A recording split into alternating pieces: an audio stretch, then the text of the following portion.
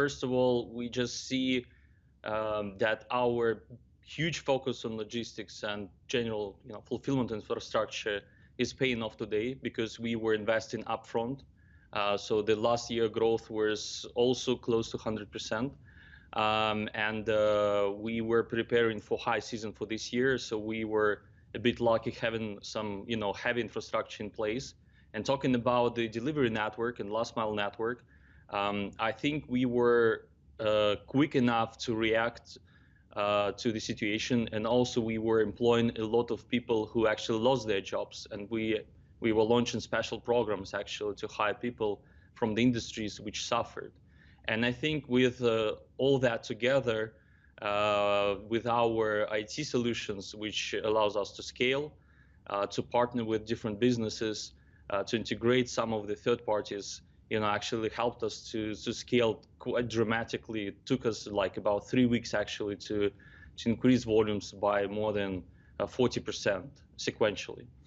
Daniil, as you talk about capex and scaling the business, I want to ask you about the trends and whether they're here to stay. And I was fascinated by the commentary from your business that first-time buyers in lockdown have now become second-time buyers, but we are still living in a COVID-19 world. Russia, a slightly interesting situation, though, the first country to approve a vaccine, and clearly news of other vaccines as well. Today we're talking about problems with the main contender here, AstraZeneca. Do you think if there's inoculations, mass-scale vaccine that's taking place across Russia, that the habits around retail suddenly change? Mm-hmm.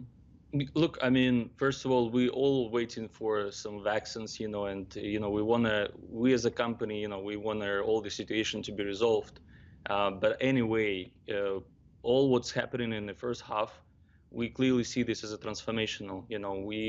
We see that the e-commerce penetration in Russia is much lower versus other countries, and there is a strong secular trend that we envisage, and that we see is currently going on.